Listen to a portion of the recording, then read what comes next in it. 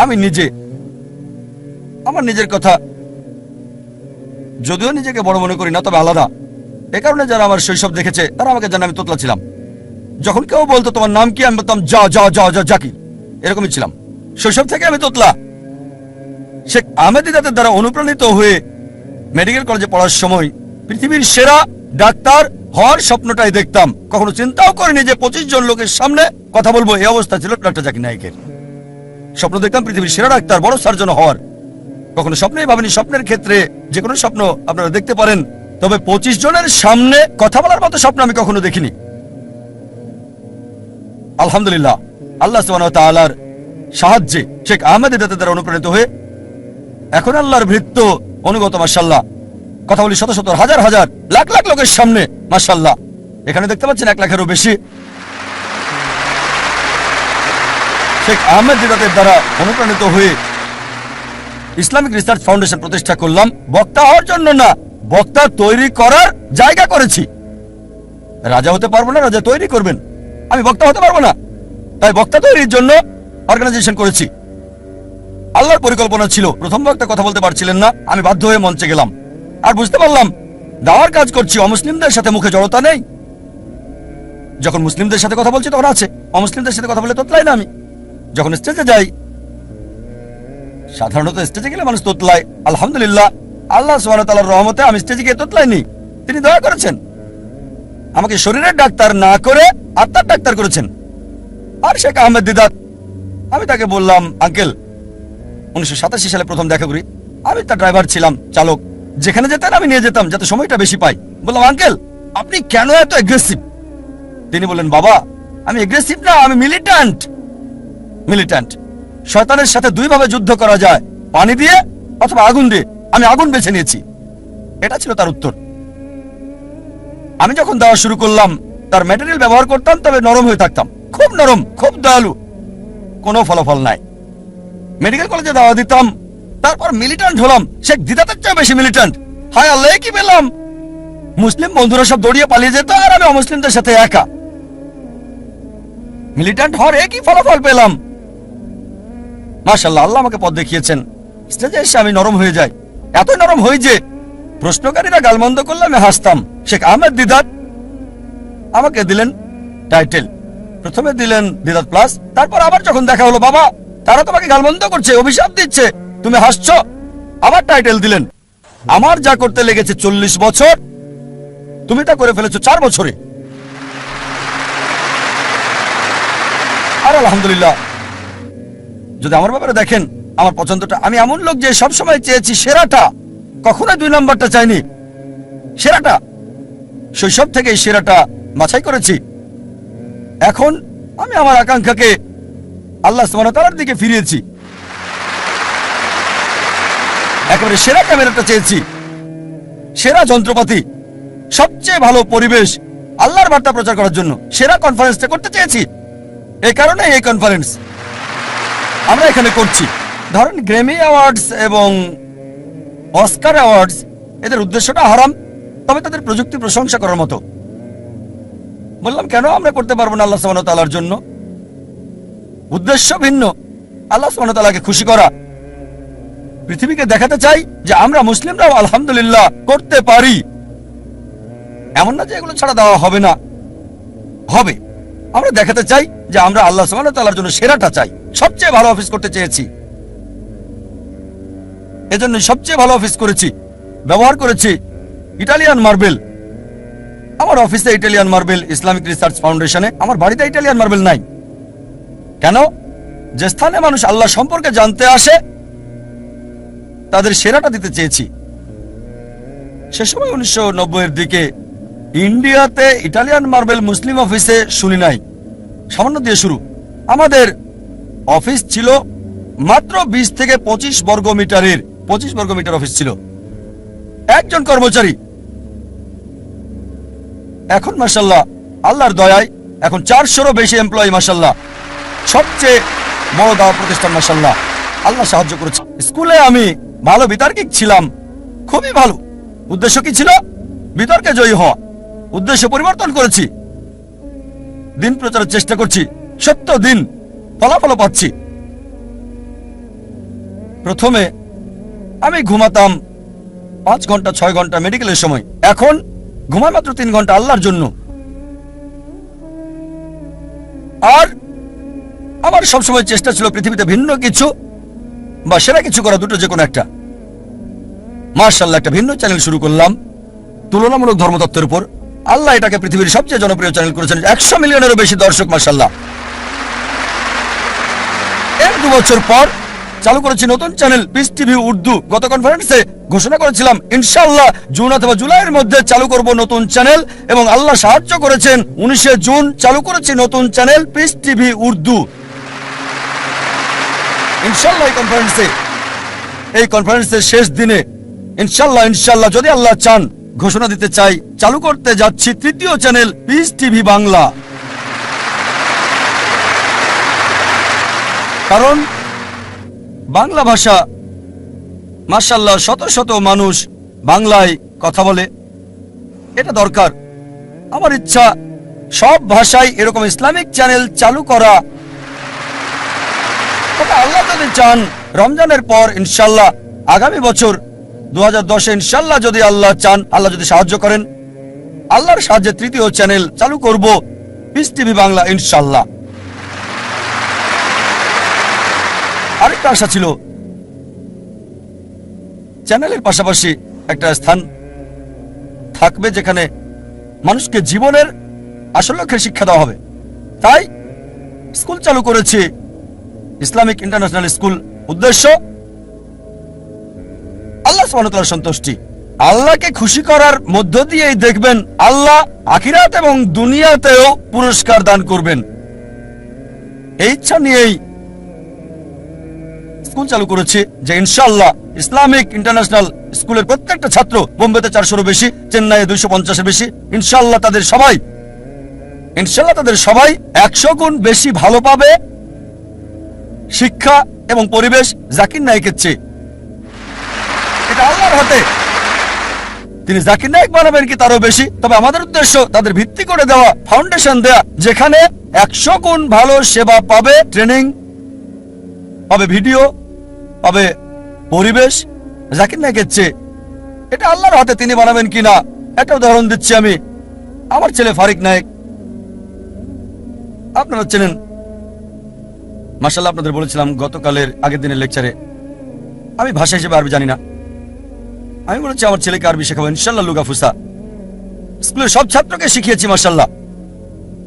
আমার ছেলে যখন স্কুল শুরু হয় মাশাআল্লাহ, সে ছিল সেরা খেলোয়াড়, ট্রফি পায়। 1 বার না, 2 বার না, 3 বার না, 4 বার না, টানা 5 বার পেয়েছে সে।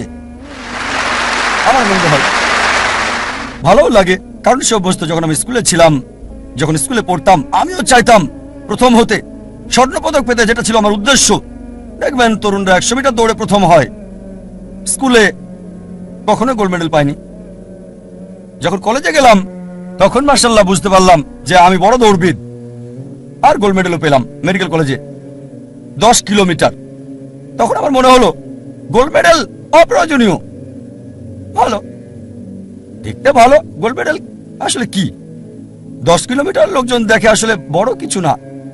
তারপর শেখ আহমেদ দিদাতকে দেখলাম, এই মানুষটি আমার লক্ষ্য কেন্দ্র পরিবর্তন করেছে। আর এভাবে মাশাআল্লাহ তিনি আমাকে বললেন, বাবা আমি খ্রিস্টান ধর্ম এবং ইসলামের উপর গবেষণা পড়াশোনা করেছি, তুমি অন্যগুলো পড়ে দেখো। খ্রিস্টান ধর্মের সবকিছু প্লেটে সাজানো খাবার মতো, শেখ দিদাত এগুলোকে পাত্রে সাজানো খাবার মতো করে রেখেছে, কেকের মতো। আহমেদ দিদাতের বই পড়লে পোপদের সাথে বিতর্ক করতে পারবেন। তারপর আমি হিন্দু ধর্ম, শিখ ধর্ম, জৈন ধর্ম, বিজ্ঞান, অন্যান্য বিষয়ে পড়লাম। মাশাআল্লাহ শেখ দিদাতের লেকচার দর্শক দেখে অভিভূত আমি। সবচেয়ে বেশি দর্শক হয়েছিল বার্মিংহামে, 12,000 মানুষ ছিল। মাশাআল্লাহ, আল্লাহ সুবহানাহু ওয়া তাআলা মাশাআল্লাহ তিনি রাস্তা খুলে দিয়েছেন। আল্লাহর সাহায্যে মাশাআল্লাহ আমার ছেলে কোরআনে হাফেজ হয়েছে 13 বছর বয়সে। একটা ব্যতিক্রম, 1 বছরে সপ্তাহে 5 দিন, অসাধারণ। লোকজন বলে জাকির ক্রেজি, প্রতিদিন 1 ঘন্টা, সপ্তাহে 5 দিন, বছরে 9 মাস, অসম্ভব। আমাদের স্কুলের অধিকাংশ ছাত্রছাত্রী 2.5 বছর থেকে 4 বছরে হেফজ শেষ করে, তাদের মধ্যে একজন আমার ছেলে। তারপর সে ব্ল্যাক বেল্ট পেল তাইকোন্দোতে। তবে যে বিষয়টা আমাকে বেশি আনন্দ দিয়েছে সেটা হচ্ছে তার পাবলিক লেকচার। 8 বছর বয়সে ছোট লেকচার 10 মিনিট, 15 মিনিট, 50,000, 1 লাখ দর্শকের সামনে আমার লেকচারের আগে। আর আমি প্রথম লেকচার দেই, পাবলিক লেকচার, 27-28 বছর বয়সে। লোকজন বলতো, ও এত কম বয়সে 28 বছর। আমিও ভাবতাম 28 বছর। শেখ দিদাত 60-70-এ, আমি 28 বছরে। আমি খুব খুশি। আর আমার ছেলে প্রথম দীর্ঘ পাবলিক লেকচার, যেটা 1 ঘন্টা 15 মিনিটেরও বেশি, 119টা উদ্ধৃতি, 56টা কোরআন থেকে, 52টা বাইবেল থেকে, আর 11টা হাদিস আরবি সহ, মাত্র 14 বছর বয়সে। আমার অর্ধেক। আমি খুবই আনন্দিত। মাশাআল্লাহ, 1 ঘন্টা 15 মিনিট, 119টা উদ্ধৃতি, কোনো নোট ছাড়া। এই বছর মাশাআল্লাহ আমার লেকচার দিয়েছে। এই গত সপ্তাহের রোববারে লেকচারটা দিয়েছে, এই রোববারে আবারও দিয়েছে। Misconception about Islam, concept of god. ইনশাআল্লাহ ইনশাআল্লাহ আল্লাহ সুবহানাহু ওয়া তাআলার কাছে দোয়া করি যেন তার প্রচেষ্টাকে কবুল করেন। সব সময় বলি, আমার ছেলেকে বলি, আল্লাহ তোমাকে সামর্থ্য দিয়েছেন, তবুও তোমার চাহিদাকে ছোট করে রাখো, চাহিদা কম করে রাখো। কেন? তোমার এই প্রাচুর্য নাও থাকতে পারে। তোমার উদ্দেশ্য হচ্ছে দাওয়া।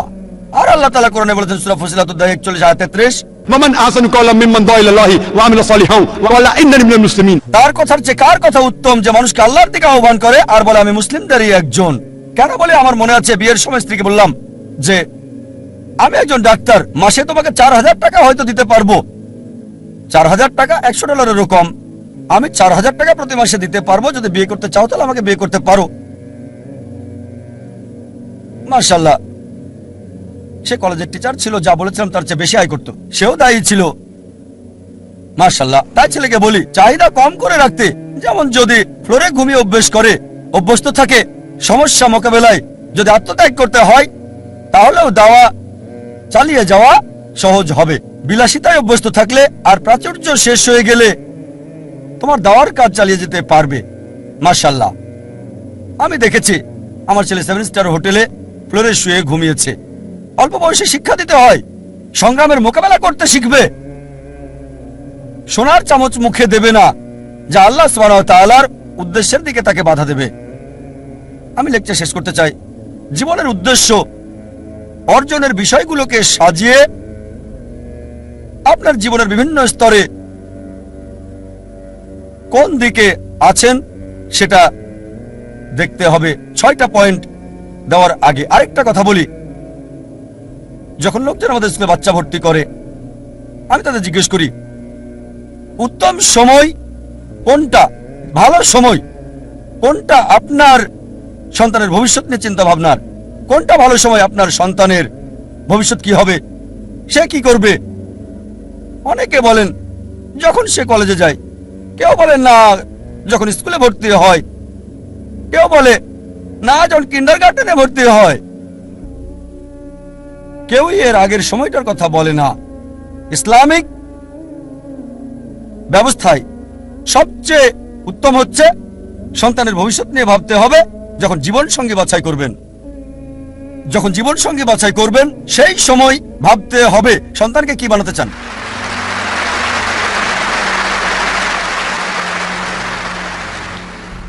কারণ তার মা, বাবা, পিতামাতা তাদের আসল শিক্ষক। প্রথমে আপনাকে ভাবতে হবে, সেটা আসল সময়। আপনাকে সন্তানের ভবিষ্যৎ নিয়ে ভাবতে হবে। জীবনের উদ্দেশ্যগুলো সংক্ষেপে বলছি, যা একজন মানুষকে ভাবতে হয়। 1 নাম্বার হচ্ছে যখন শিক্ষা দেবেন, দেখতে হবে কোন প্রতিষ্ঠানে পড়াচ্ছেন। স্কুল, কলেজ, যেটা দুটোরই সুযোগ সৃষ্টি করবে আখিরাত এবং দুনিয়া। শুধু এই দুনিয়ার ডিগ্রি আপনাকে সাহায্য করবে না। এমন একটা স্কুলে দেন যেখানে দুনিয়া এবং আখিরাত দুটোই হয়। আর ইনশাআল্লাহ এই উদ্দেশ্য নিয়ে শুরু করেছে ইসলামিক ইন্টারন্যাশনাল স্কুল। আর যদি আল্লাহ চান আমাদের স্কুলের আরো শাখা বাড়ানো হবে। দ্বিতীয় হচ্ছে দেখবেন তার বন্ধুদেরও যেন একই জীবনের উদ্দেশ্য থাকে। বন্ধু হতে হবে ইসলামিক। যখন বড় হয় এমন প্রতিষ্ঠানে যোগ দেবে যার লক্ষ্য এবং উদ্দেশ্য কোরআন এবং সহিহ হাদিসের ভিত্তিতে। ইসলামিক প্রতিষ্ঠানে যোগ দিন, তবে যুক্ত হওয়ার আগে দেখবেন সেই প্রতিষ্ঠান আল্লাহ সুবহানাহু ওয়া তাআলার কোরআনের নির্দেশ এবং নবী মুহাম্মদ সাল্লাল্লাহু আলাইহি সাল্লামের কথা মেনে চলছে কিনা। চতুর্থ হচ্ছে যখন পেশা বাছাই করবেন, আল্লাহ বলেন সূরা আল ইমরান অধ্যায় 3 আয়াত 104, তোমাদের মধ্যে যারা ভালো কাজ করার জন্য অন্যকে আদেশ করবে, মন্দ কাজে নিষেধ করবে, আর তারাই মূলত সফল কাম। আল্লাহ বলেন সূরা ফুসিলাত অধ্যায় 41 আয়াত 33, ومن أحسن قولا ممن دعا إلى الله وعمل صالحا وقال إنني من المسلمين। তার কথার চেয়ে কার কথা উত্তম যে মানুষকে আল্লাহর দিকে ডাকে, সৎকর্ম করে আর বলে আমি মুসলিম। এমন পেশা বাছাই করতে হবে যেটা আল্লাহ সুবহানাহু ওয়া তাআলার দিকে নিয়ে যায়। আল্লাহ সুবহানাহু ওয়া তাআলার বার্তা পৌঁছে দেওয়া তার চেয়ে আর কখনো কোনো ভালো পেশা হতে পারে না। 5 নম্বর, একই উদ্দেশ্য আছে এমন জীবন সঙ্গী বাছাই করতে হবে, একই লক্ষ্য আল্লাহ এবং তার রাসূল, আল্লাহ কেন্দ্রিক। আর 6 নম্বর পয়েন্ট, কোরআনের আয়াত দিয়ে আলোচনা শেষ করতে চাই। সূরা আনাম অধ্যায় 6 আয়াত 162 বলা হয়েছে, إن صلاتي ونسكي ومحياي ومماتي لله رب العالمين। আমার নামাজ, আমার কুরবানি, আমার জীবন, আমার মৃত্যু আল্লাহর জন্য, বিশ্ব ব্রহ্মাণ্ডের মালিকের জন্য। ওয়া আখিরু দাওয়ানা আলহামদুলিল্লাহি রাব্বিল আলামিন।